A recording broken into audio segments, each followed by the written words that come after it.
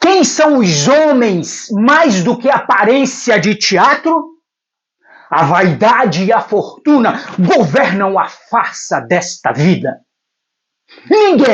Ninguém escolhe o seu papel. Cada um recebe o que lhe dão.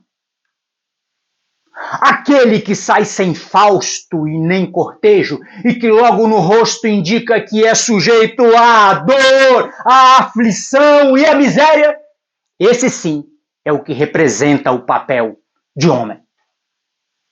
A morte, que está de sentinela, em uma das mãos segura o relógio do tempo, na outra a foice fatal. E com esta, em um só golpe, certeiro e inevitável, dá fim à tragédia, fecha a cortina e desaparece. Olá, eu sou o professor Nilton Ribeiro, da Escola Ceciliana Abel de Almeida, o famoso estadual aqui de São Mateus.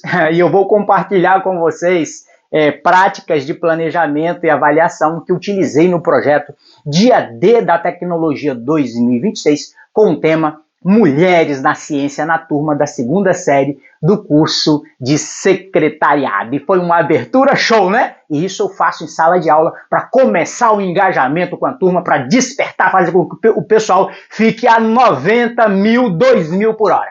Bom, vamos lá então? Eu recebi aqui uma empreitada de responder algumas perguntas. E a primeira é: ao planejar suas aulas, como você considera as características, necessidades e diferentes níveis de aprendizagem dos estudantes?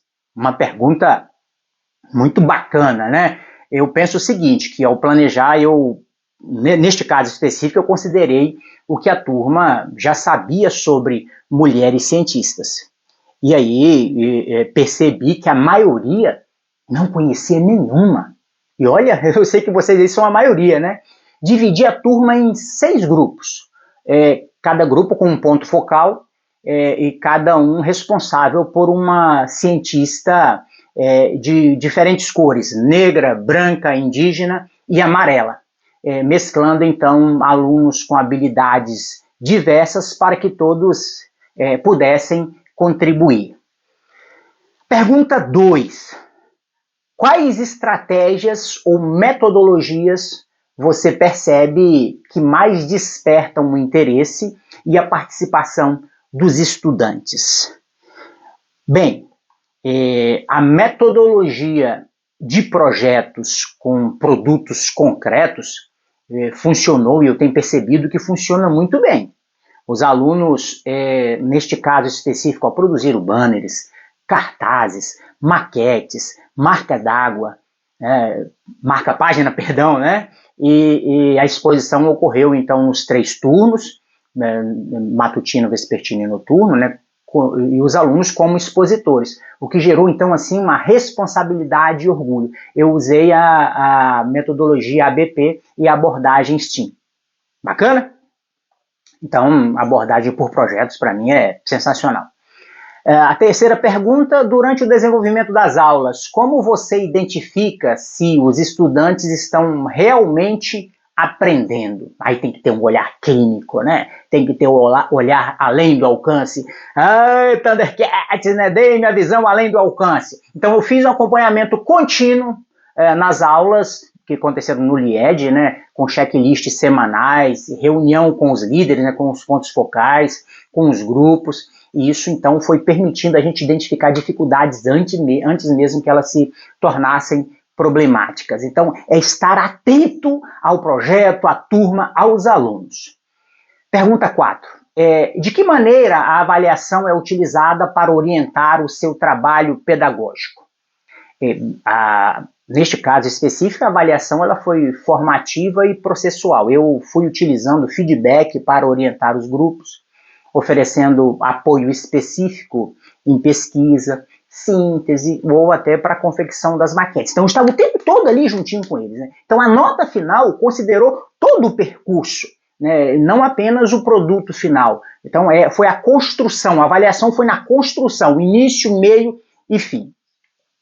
A próxima pergunta, que é a 5ª, né, aí dentro do roteiro que eu recebi: quando os resultados mostram que a parte da turma ainda não desenvolveu determinada aprendizagem, o que você costuma modificar?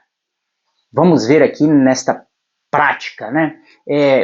Quando um grupo teve dificuldades, o que eu fiz? Eu fui replanejar. Por exemplo, aí um dos grupos enfrentou problemas para encontrar informações sobre uma cientista indígena. Professor, não existe cientista indígena. E aí eu redirecionei as fontes, né?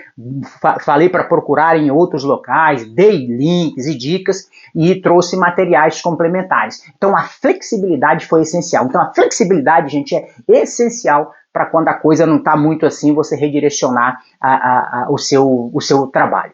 A sexta questão, os estudantes recebem devolutivas sobre seu desempenho e são envolvidos na compreensão do que já aprenderam.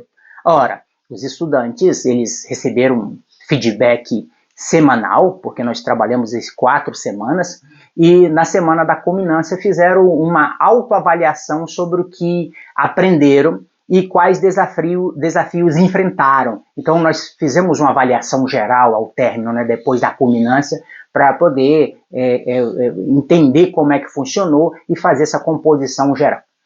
7. Que sinais permitem perceber que uma estratégia aumentou o engajamento e a aprendizagem? Eita, o tal do engajamento, né? Então vamos lá. Neste projeto, as evidências elas foram claras. Os alunos levaram trabalho para casa, às vezes chegaram mais cedo, no dia da apresentação ficaram de manhã, de tarde, de noite, né? Então eles fizeram tudo isso para poder terminar os materiais e, olha, se orgulharam a explicar os projetos para os visitantes, né? E eu falei, professores, cobrem deles lá os que visitavam, né? E também se encantaram, né, com uma exposição retrô que a gente fez paralelamente, né? Apresentei facsímile para todo mundo e para esses alunos, máquina de escrever, elétrica, né? O que gerou, assim, curiosidade neste dia da tecnologia, mas em especial o engajamento dos alunos na produção de todo esse material, eles se sentindo como produtores, não só como consumidores.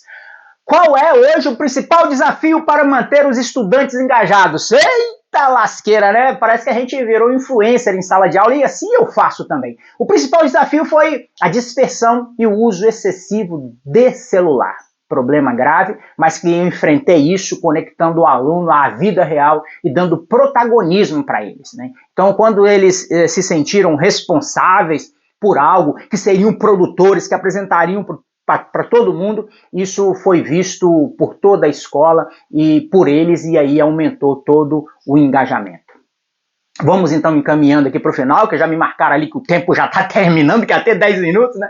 Se você pudesse indicar uma prática de planejamento ou avaliação especialmente eficaz para promover a aprendizagem e protagonismo, qual seria? Gente, eu já dei sinais aqui durante a minha apresentação, né? Aprendizagem baseada em projetos, né? Então, uma prática que considero é esta, e aí, ligada à questão da avaliação mais eficaz, para mim foi essa avaliação processual, né? Com entregas intermediárias, feedback constante, antes, durante e depois, e aí os alunos construíram o projeto ao longo de 4 semanas, né? Com etapas muito claras. Isso transformou o projeto, o processo, e em uma jornada de aprendizado, protagonismo e, mais do que isso, né, construção de vida social. Bacana? Espero ter contribuído para vocês aí, então muito obrigado. Agradeço a oportunidade de compartilhar esta experiência. Foi um projeto muito rico, um projeto muito bacana, que mostrou como um planejamento efetivo e um planejamento participativo e junto com a avaliação formativa podem transformar a sala de aula em um espaço de descoberta e crescimento. Grande beijo, grande abraço e ó, tchau, gente!